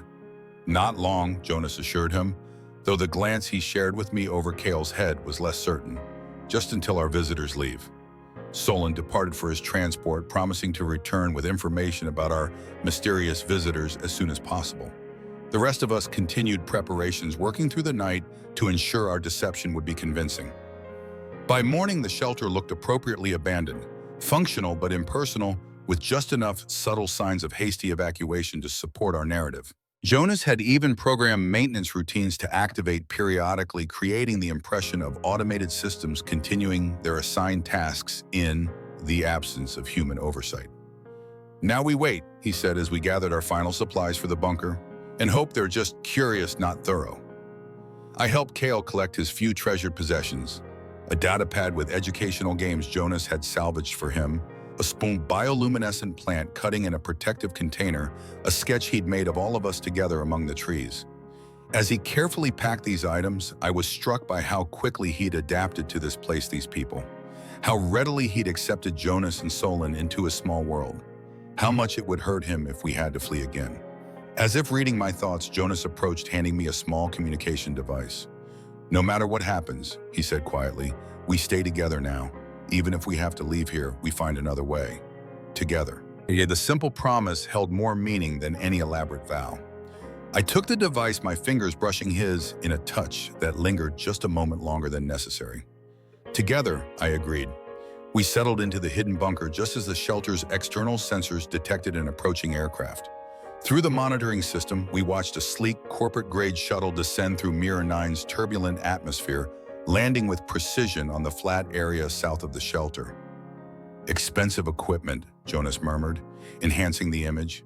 "Definitely not scavengers." The shuttle's hatch opened, and 6 figures emerged, each wearing advanced environmental suits clearly designed for hostile conditions. They moved with the discipline of trained personnel, immediately establishing a perimeter around their vessel before approaching the shelter. "Corporate security," I whispered, recognizing the formation. "Professional." Jonas nodded grimly. "Now we see what they want." We watched in tense silence as the team accessed the shelter using standard override codes. Another sign they represented official corporate interests rather than opportunistic scavengers.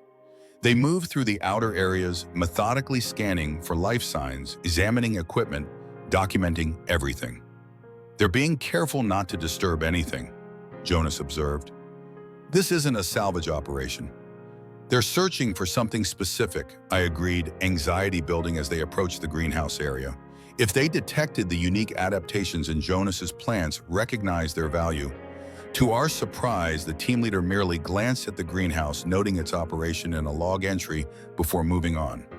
They seemed more interested in the shelter's communications equipment and sensor arrays, spending considerable time examining the data logs Jonas had carefully prepared. After what felt like hours but was probably less than 40 minutes, the team regrouped in the main living area.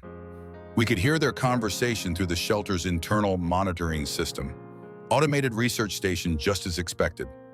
The leader reported to someone not physically present, likely a superior on the shuttle or orbiting vessel. Environmental systems still operational, running on minimal power. No sign of current habitation, though the logs indicate periodic automated maintenance. A pause as they received a response we couldn't hear. "Yes, sir.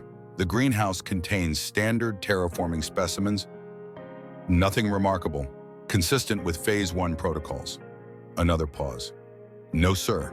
No sign of the advanced adaptation models described in file TX-720. This appears to be a standard outpost abandoned during the corporate withdrawal." I glanced at Jonas, confused. They were looking for something specific, something related to adaptation, yet had completely overlooked the extraordinary ecosystem in the green room. The team completed their inspection and departed as methodically as they'd arrived, while leaving the shelter exactly as they'd found it. We remained hidden for hours afterward, ensuring they had truly gone before finally emerging from our cramped sanctuary. "They didn't even look closely at the plants," I said, still bewildered by their lack of interest in Jonas's most valuable work. "Well, because they were looking for something else," Jonas replied, his expression troubled. "Something specific, related to adaptation but not plant-based." The implications hung heavily in the air between us. What were they really searching for? And what would happen when they found it? Or didn't? Solon returned the following day, his normally composed demeanor visibly agitated. "I accessed the corporate registry," he reported without preamble. "The identification number belongs to Genesis Biodynamics, a subsidiary of Helios Corp formed after the Mir 9 withdrawal." "I've never heard of them," I admitted. A few have. "They operate almost exclusively in research spheres, specializing in advanced biological adaptation technologies." Solon's eyes shifted to Cael, who was working contentedly with his plant specimen in the corner. "Specifically, human environmental symbiosis." The significance struck me like a physical blow. "They're looking for Cael, I whispered, "or children like him." Jonas nodded slowly. "The corporate files must have records of his unique adaptation. They know he exists, just not where." He looked at me with sudden understanding. "That's why you've been running. Not just fear of his difference being rejected, but fear of it being valued too much. The records were supposed to be destroyed in the evacuation data purge." I said, the old anger and fear rising again. "But someone preserved them. Someone realized what he represents. A successful human adaptation to a hostile environment," Solon concluded. "The holy grail of long-term space colonization, worth billions to the right corporation." I moved instinctively to Cael's side as if I could shield him from this new threat through proximity alone. "They'll be back," Jonas said with certainty. "When they realize he's not at any of the registered outposts, they'll expand their search. Start looking at unregistered shelters, independent settlements." "Then we have to leave," I insisted. "Find somewhere they won't look." "Where?" Jonas challenged gently. "Eden Station. The Ceres outpost, any place with the resources to support us, would have connections to the corporate networks. They'd find us eventually." He shook his head. "Running isn't the answer. Not anymore." "What then?" "Ahem," I demanded, fear making my voice sharper than intended. "Just wait here until they come back with more thorough scanning equipment, until they find us and take them." "No," Jonas's voice was calm, resolute. "We fight, but not by hiding, by making Cael too public to disappear." Spring on Nyra 9 isn't like spring anywhere else. It doesn't announce itself with gentle rains or blooming flowers. It arrives violently with melting permafrost and sudden flash floods as the ice caps recede. Violent temperature fluctuations create atmospheric instability, generating storms that make winter's blizzards seem mild by comparison. But this spring was different. The plan was audacious, risky, born of necessity rather than choice. Solon would use his academic credentials and remaining connections to publish Jonas's research on adaptive symbiosis, not as theoretical models but as achieved results. He would document the remarkable ecosystem of the green room, highlighting the successful plant adaptations without mentioning their human parallel. Most crucially, he would establish clear scientific priority, ensuring that Jonas's work was recognized as independently developed, preceding any corporate claims. The publication would create a protective layer of academic scrutiny, making it more difficult for Genesis Biodynamics to simply seize what they wanted without explanation. Meanwhile, Jonas and I would implement the next phase of his vision, expanding the adaptive ecosystem beyond the shelter's confines. If his theories were correct, the specially developed plants could survive Nyra 9's harsh conditions long enough to begin transforming the soil itself, creating microenvironments where other life forms might eventually take hold. It was terraforming in the truest sense, not the corporate version with its artificial timelines and profit-driven shortcuts, but the patient incremental process of helping life adapt to a new world on its own terms. And through it all, Cael would remain hidden in plain sight.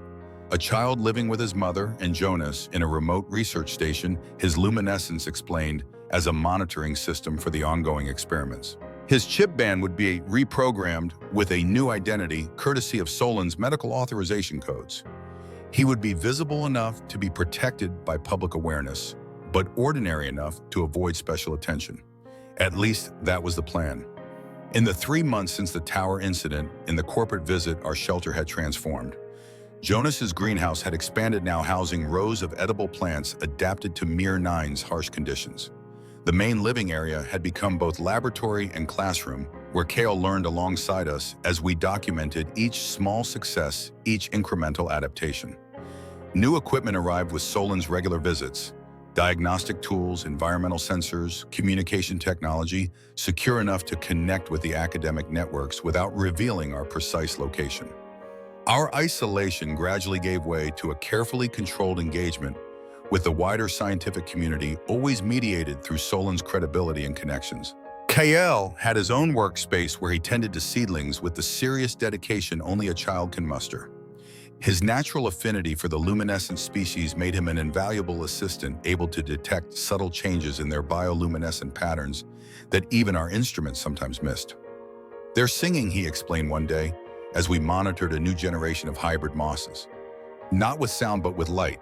They tell each other when the soil is good or when it has too many bad things."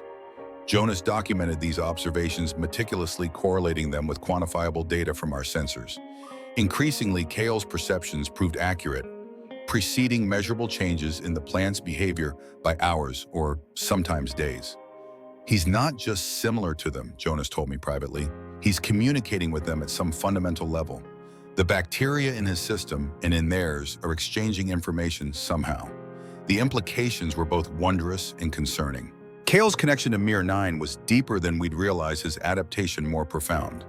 It made him irreplaceable for our research, and potentially even more valuable to those who might exploit him.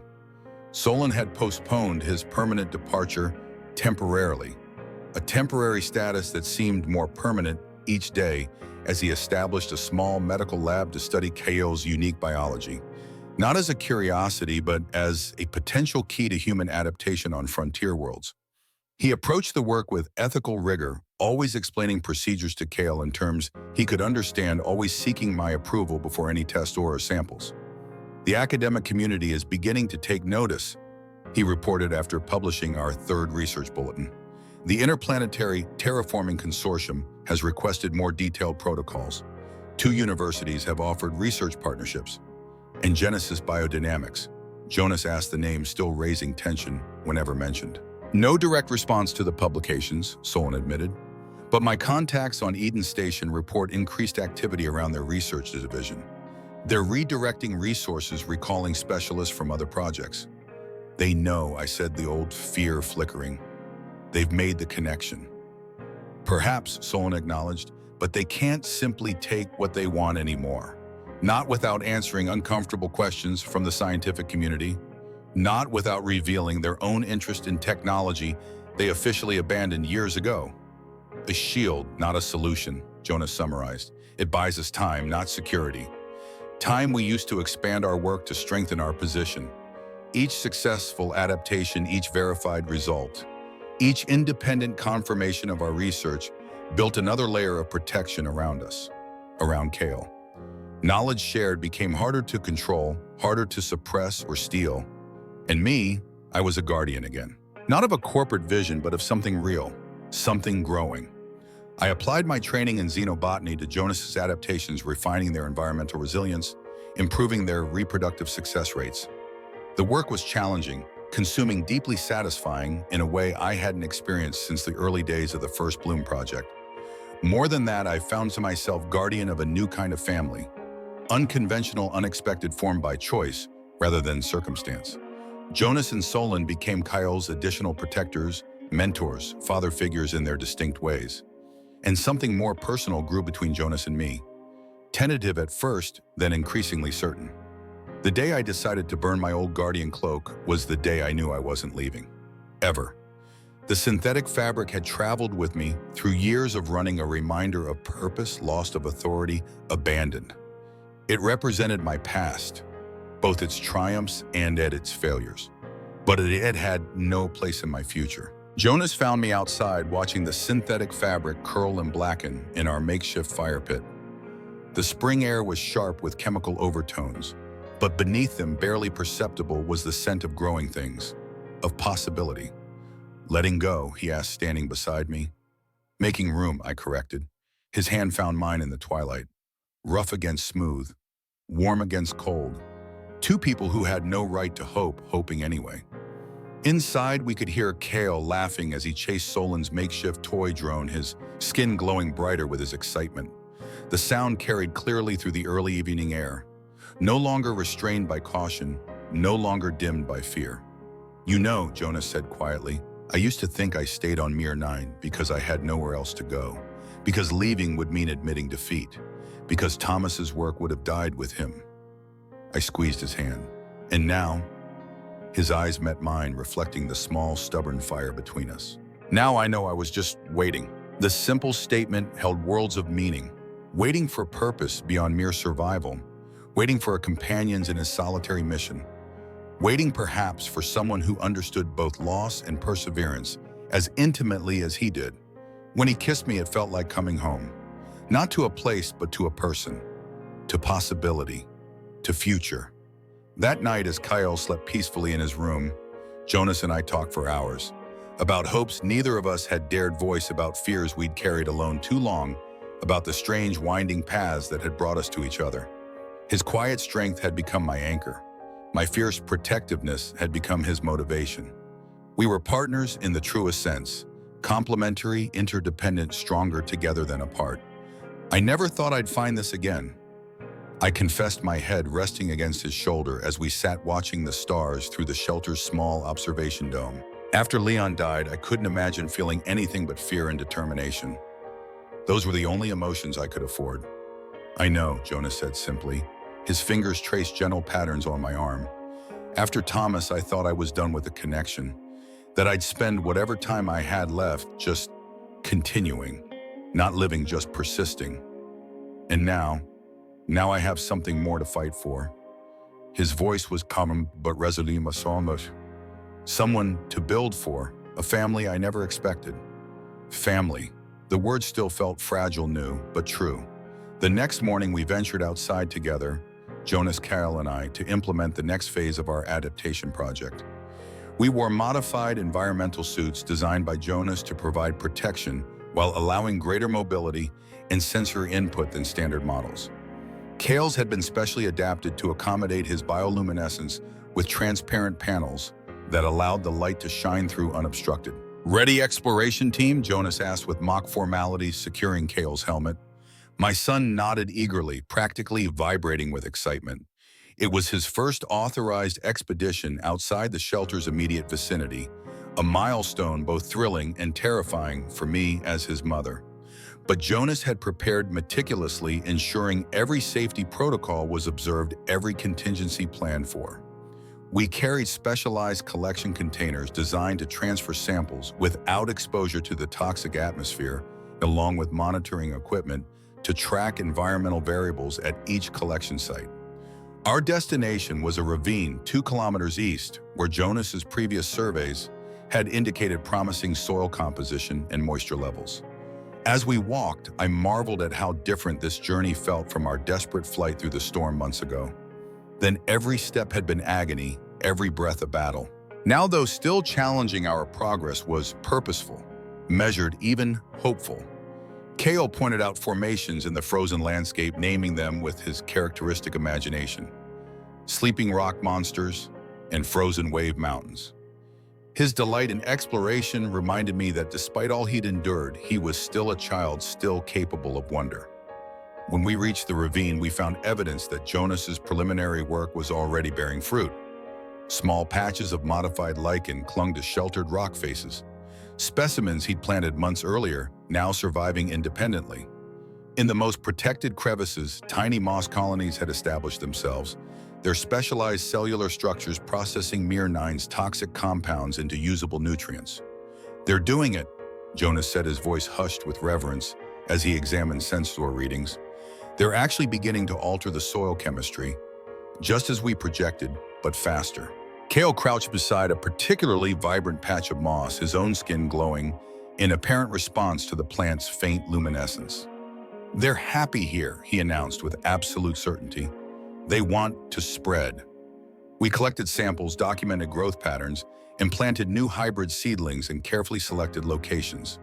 It was painstaking work requiring precise measurements and delicate handling.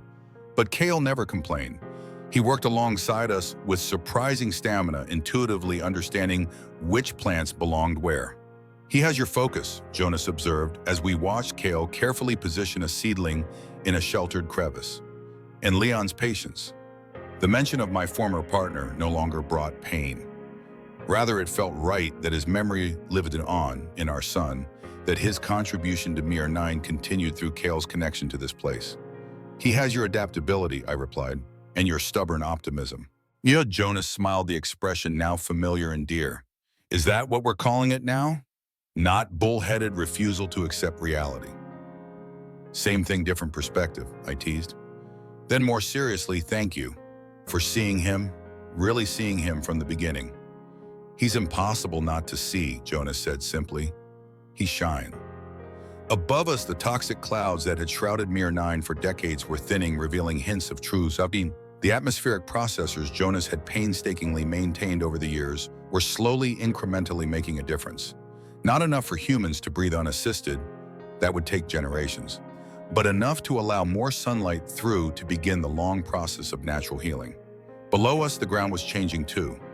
Microorganisms and engineered bacteria were slowly, stubbornly converting poisonous soil into something that might someday nurture life without constant intervention. Each successful adaptation built upon the last, creating an accelerating cascade of environmental transformation. It wouldn't happen in our lifetime, maybe not even in Cael's. But for the first time, that didn't matter. We weren't just surviving anymore. We were beginning. The confrontation we'd feared with Genesis Biodynamics came 3 weeks later, not with violence or threats, but with a formal communication delivered through official academic channels. The message was addressed to the research team at independent station Mir 9-12, acknowledging our existence with a precision that sent chills down my spine, but it requested a virtual meeting to discuss mutual research interests in adaptive symbiosis and potential collaboration opportunities. It's a probe, Solon assessed reading through the carefully worded document. They're trying to confirm what they suspect without revealing how much they know.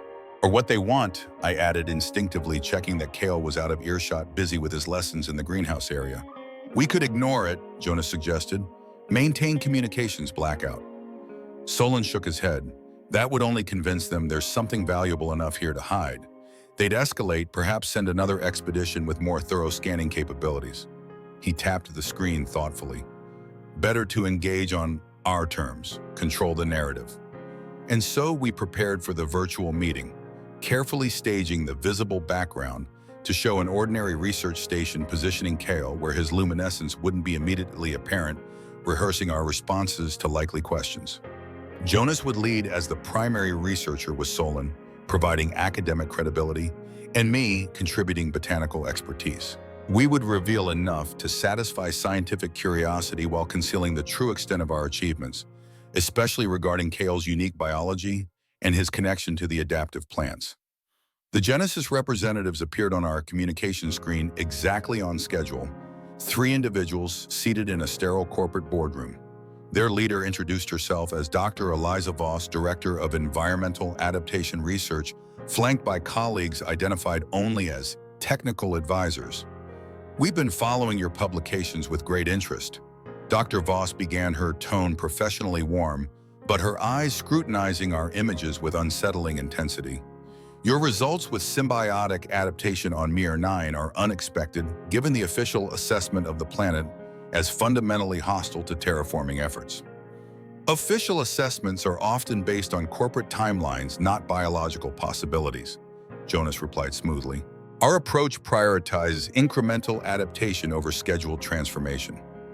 The conversation continued in this vein, them probing for details about our methodology, us providing information already published, while being vague about our more advanced work.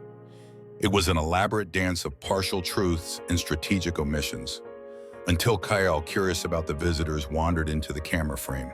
I saw the exact moment Dr. Voss recognized what she was seeing. The subtle widening of her eyes, the slight intake of breath, the immediate shift in her posture. In an instant, the pretense of casual scientific interest evaporated. You have a child there, she observed, her voice carefully neutral, despite the obvious excitement behind her eyes. With an interesting condition. Jonas moved slightly, positioning himself between Cael and the camera without being obvious about it. My colleague's son. He assists with our research when appropriate. The luminescence, Dr. Nyra. Voss pressed. It's related to your adaptive symbiosis work. Didn't I assume? A monitoring system, I interjected, the lie prepared in advance. The bioluminescent compounds help us track environmental changes in real time. Completely harmless. Voss smiled in a way that didn't reach her eyes. Of course, how innovative. She exchanged glances with her silent colleagues before continuing. Genesis Biodynamics would be very interested in supporting your research directly. Our resources could accelerate your progress significantly. Perhaps we could arrange an in-person visit to discuss terms. The true purpose revealed at last. Not scientific collaboration, but acquisition. Of our research, our techniques, and most importantly, Cael. We're quite comfortable with our current funding arrangements. Solon replied, his academic authority providing a shield against immediate pressure. But we're always open to peer review and knowledge exchange within established scientific protocols. The meeting concluded with polite assertions of mutual respect and promises of continued communication. But as soon as the connection closed, we all recognized the gravity of what had just occurred. They know, I said, drawing Cael close. They saw him. And now they'll come, Jonas agreed grimly. Not with a survey team this time, with something more persuasive. We accelerated our contingency plans that night. Solon departed immediately for Eden Station carrying comprehensive documentation of all our research, insurance against corporate appropriation. Jonas began preparations to move our most critical plant specimens to secondary locations, hidden caches scattered across Mir-9's surface. And I readied Cael and myself for the possibility of flight once more, but this time with purpose and allies, not just desperate survival. Yet even as we prepared for the worst, we continued our work. The adaptation project had reached a critical phase. The first generation of fully independent plant species was reaching reproductive maturity. If successful, they would produce seeds capable of germinating in Mir-9's hostile soil without human assistance. The true beginning of self-sustaining terraforming. Cael insisted on maintaining his daily care of the specimens, despite the tension permeating our shelter. "They know something's wrong," he explained gently, tending a luminescent seedling. "They're worried too. We need to tell them it's okay." His intuitive connection to the plants had deepened over the months, becoming something beyond scientific explanation. He spoke of them as beings with awareness, with feelings, with purpose. And increasingly, Jonas's instruments confirmed subtle patterns in their biological responses that suggested something more complex than simple photosynthesis and chemical reactions. "They're adapting faster because of him," Jonas theorized one night, reviewing growth data after Cael was asleep. "His presence somehow accelerates their evolutionary processes, as if they're learning from his example." The implications were staggering and terrifying in their potential for exploitation. If Genesis Biodynamics understood this connection, they would have even more reason to pursue Cael, to study him, to try replicating his adaptation in other children. The confrontation we feared came 3 days later, not with corporate security forces as we had expected, but with a single visitor. Our perimeter sensors detected an approaching vehicle just after dawn, a civilian transport rather than a military or corporate model. "One passenger," Jonas confirmed, checking the sensor data. "Minimal equipment, no weapon signatures." We took defensive positions nonetheless, with Cael secured in the hidden bunker and emergency evacuation protocols ready to activate. When the visitor reached our external communication panel, we were prepared for threats, for demands for attempted coercion. Instead, we received a simple request. "My name is Thomas Leon Trevino. I believe my parents are here. May I come in?" The name struck me like physical blow. Thomas, after Jonas's partner, Leon after mine, and Trevino, my own surname, which I'd abandoned years ago for safety. A combination that couldn't possibly be coincidence. Jonas and I exchanged shocked glances. "It's a trick," I whispered. "And it has to be." "Let me see him," Jonas insisted, activating the external camera. The figure on our screen was a young man, perhaps 20 years old, with features that seemed hauntingly familiar, yet strange. Dark hair like Leon's, pale eyes like Jonas's, and beneath his environmental suit collar, the unmistakable glow of bioluminescent skin. "Impossible," I breathed. But was it the fertility program had collected genetic material from all colonists? Emergency protocols during the dome failures had sometimes activated automated systems. Artificial gestation had continued in some medical facilities even after evacuation orders. The developing embryos considered corporate assets too valuable to abandon. Could there have been others, like Cael, children born of the colony's genetic legacy, adapted to Mir-9's hostile environment through the same bacterial symbiosis? He could be Genesis Biodynamics' creation, Jonas cautioned. Engineered based on the records they preserve, sent here to gain our trust. Or he could be exactly who he claims to be, I countered. A child of Mir-9 like Cael, maybe even family. The decision was agonizing.